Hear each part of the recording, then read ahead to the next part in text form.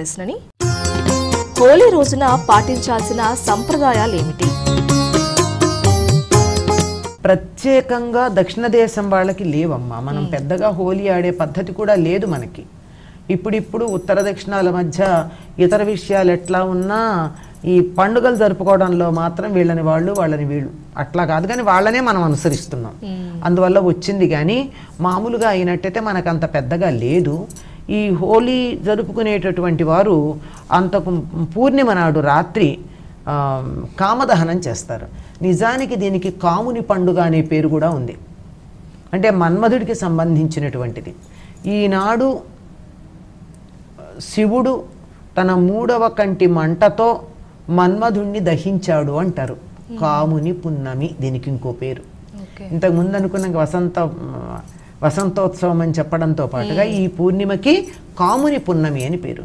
ఈ కాముని పున్నమి పేరుతో మనకి ప్రాచీన గ్రంథాల్లో కొన్ని పేర్లు కనపడతాయి. వసంతోత్సవం అని లేని చోట కూడా కాముని పున్నమి అని, ముఖ్యంగా ఈ జానపద గేయాలు వాటిల్లో కూడా కాముని పున్నమి గురించి ఉంటుంది. అంటే వసంతోత్సవం వచ్చేసిందని అర్థం. ఈనాడు శివుడు మన్మధుణ్ణి దహించినటువంటి రోజు. అలాగే అమ్మవారి యొక్క దయ వల్ల మన్మధుడు భార్యకి మాత్రమే శరీరంతో కనపడేటటువంటి రోజు.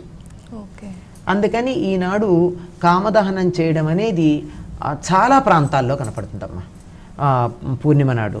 అయితే ఉత్తర దేశంలో వాళ్ళని చూసి మనము ఈ మధ్యకాలంలో ఈ పున్నమి నాటి రాత్రి తప్పనిసరిగా కామదహనం అన్న పేరుతో ఓ బొమ్మని పెట్టి దాని కింద మంటలు పెట్టి అదంతా పూర్తిగా తగలబడేటట్టు చేయడం అన్నది సంప్రదాయంగా కనపడుతోంది. మన్మధుణ్ణి దహించిన తర్వాత మర్నాడు ఆనందంతో తెల్లని బట్టలు కట్టుకుంటారు. ఈరోజు తెల్లని బట్టలు కట్టుకుని ఒకళ్ళ ఇళ్ళకి ఒకళ్ళు వెళ్ళి ఆనందంతో రంగులు ఒకళ్ళకొకళ్ళు పూస్తారు. పూసిన తర్వాత మిఠాయిలు పంచుకుంటారు.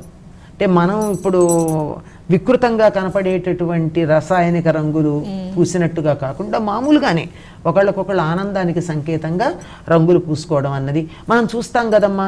క్రికెట్ ఆడేటప్పుడు మనకి భారతదేశం గెలుస్తూ ఉంటే మన వాళ్ళు బుగ్గల మీద కూడా భారతదేశపు జెండాల రంగులు వేసుకుంటాం.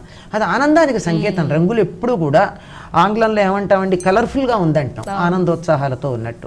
అటువంటి ఆనందాన్ని పంచుకోవడానికి సంకేతంగా రంగులు ఒకళ్ళ మీద ఒకళ్ళు రంగులు చల్లుకుని మిఠాయిలు పంచుకుంటారు.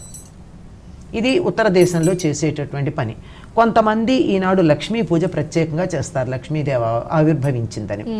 అంటే తమిళనాడులో మాత్రం ఏమనుకుంటారంటే ఈనాడు పార్వతీదేవి తపస్సు చేసి శివుణ్ణి భర్తగా పొందినటువంటి రోజుగా పార్వతీ కళ్యాణం చేసుకుని పార్వతీ పరిణయం చేసేటటువంటి పద్ధతి ఉంది. ఇలా ఒక్కొక్క ప్రాంతంలో ఒక్కొక్క పద్ధతి. జ్వాలాతోరణం కట్టేటటువంటి పద్ధతి కొన్ని దేవాలయాల్లో దక్షిణ దేశాల్లో మనకు కనపడుతుంది ఈ కాముని పున్నమికి సంకేతంగా.